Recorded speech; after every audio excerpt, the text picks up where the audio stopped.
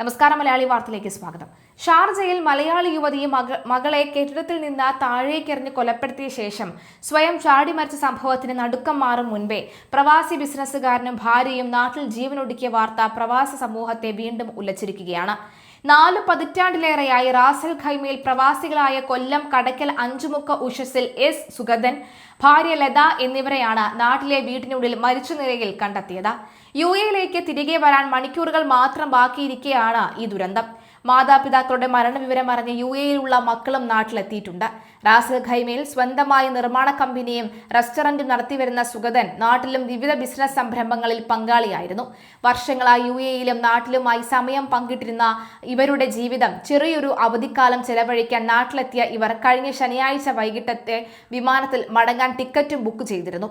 എന്നാൽ ശനിയാഴ്ച രാവിലെ ആയിട്ടും ഇവരെ പുറത്തു കാണാത്തതിനെ തുടർന്ന് ബന്ധുക്കൾ അന്വേഷിക്കുകയായിരുന്നു. മുറിയിൽ നിന്ന് പ്രതികരണമൊന്നും ഉണ്ടാകാതിരുന്നതോടുകൂടിയാണ് വീട്ടുകാർ വിവരം അറിയിച്ചത്. തുടർന്ന് അധികൃതർ എത്തി കിടപ്പുമുറി തുറന്ന് പരിശോധിച്ചപ്പോഴാണ് സുഗതനെ തൂങ്ങി മരിച്ച നിലയിലും ലതയെ കട്ടിലിൽ അബോധാവസ്ഥയിലും കണ്ടെത്തിയത്. ലത ശ്വാസം മുട്ടിയാണ് മരിച്ചതെന്ന സൂചനയുണ്ടെങ്കിലും പോസ്റ്റ്മോർട്ടം നടപടികൾ പൂർത്തിയായ ശേഷമാണ് യഥാർത്ഥ മരണകാരണം വ്യക്തമായത്. സംഭവ സ്ഥലത്ത് നിന്ന് ആത്മഹത്യാ കുറിപ്പുകളൊന്നും തന്നെ ലഭിച്ചിട്ടില്ല. പോസ്റ്റ്മോർട്ടത്തിന് ശേഷം മൃതദേഹങ്ങൾ ബന്ധുക്കൾക്ക് വിട്ടു നൽകി ഞായറാഴ്ച സംസ്കാര ചടങ്ങുകളും നടത്തി.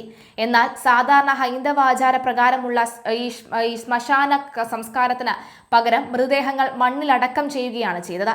കേസിൽ കൂടുതൽ വ്യക്തത വരുത്തുന്നതിനായി ഭാവിയിൽ മൃതദേഹാവശിഷ്ടങ്ങൾ വീണ്ടും പുറത്തെടുത്ത് ശാസ്ത്രീയ പരിശോധന നടത്തേണ്ടി വന്നാൽ പ്രയോജനപ്പെടട്ടെ എന്ന മുൻകരുതലിന്റെ ഭാഗമായാണ് ദമ്പതികളുടെ മൃതദേഹം സംസ്കരിക്കുന്നതിന് പകരം മണ്ണിൽ അടക്കം ചെയ്യാൻ തീരുമാനിച്ചതെന്നാണ് സൂചന.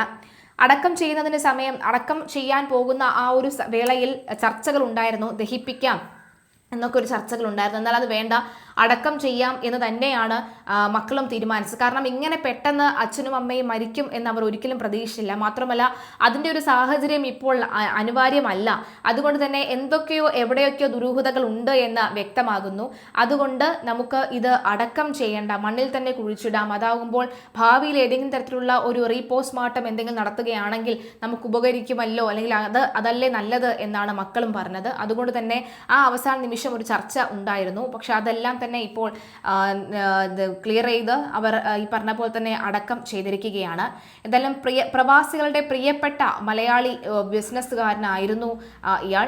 4 പതിറ്റാണ്ടിലേറെയായി റാസൽ ഖൈമയിൽ ജീവിച്ച സുഗതനും ലതയും എമിറേറ്റിലെ മലയാളി പ്രവാസികളുടെ പ്രിയപ്പെട്ടവരായിരുന്നു.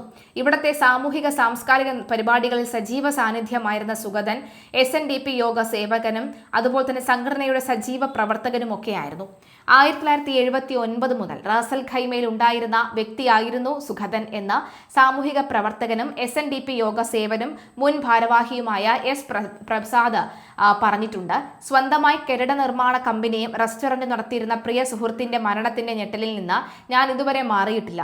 നാട്ടിലുണ്ടായിരുന്നതിനാൽ മരണാനന്തര ചടങ്ങുകളിൽ പങ്കെടുക്കാൻ സാധിച്ചു. മികച്ച നിലയിൽ ബിസിനസ് മുന്നോട്ട് കൊണ്ടുപോയിരുന്ന സുഗതന് മറ്റുള്ളവരെ പോലെ തന്നെ കോവിഡ് കാലത്ത് ഇത്തിരി പ്രയാസം നേരിട്ടിരുന്നു. എന്നാൽ അതൊക്കെ തരണം ചെയ്ത് മുന്നോട്ട് പോവുകയായിരുന്നു. റാസൽ ഖൈമയിലും നാട്ടിലുമായി ഒട്ടേറെ സമ്പത്തുള്ളതിനാൽ മരണകാരണം സാമ്പത്തികമാണെന്ന് കരുതുന്നില്ല എന്നും പ്രസാദ് പറയുന്നു.